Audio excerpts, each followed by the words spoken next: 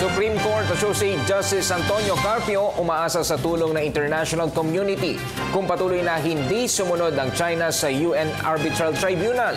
Di sakaling pumanig sa Pilipinas ang magiging desisyon ng tribunal. Si Jade Miguel sa detalye.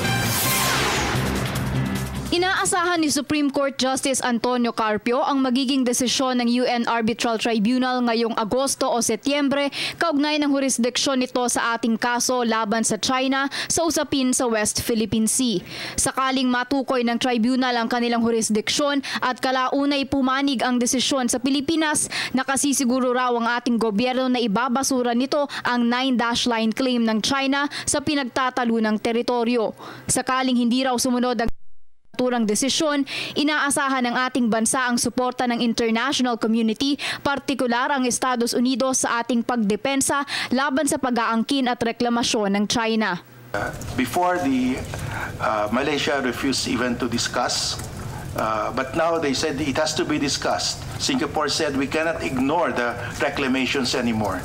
So the reclamations have really unnerved a lot of our ASEAN neighbors, and they are now more supportive. They want China to discuss now the code of conduct, the long-delayed code of conduct, because it's been more than a decade now.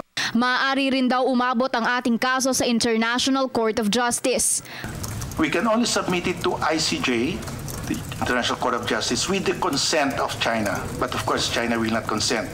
So what we can do is convince our ASEAN neighbors, Vietnam, Malaysia, Brunei, and Indonesia, the other states, to agree among ourselves that the territorial dispute should be submitted to arbitration by ICJ. Inamin naman ni Carpio na sa mga naunang bilateral talks ng ating bansa sa China, ninais daw nito na mapag-usapan ng revenue sharing at isuko na ang ating soberanya sa West Philippine Sea na sa tingin niya ay hindi hahayaan ng kahit sinong pinuno ng bansa na mangyari. Every time we talk to China about negotiating the dispute, they will say, okay, we will talk about revenue sharing of the oil, gas, but you must first concede sovereignty to China.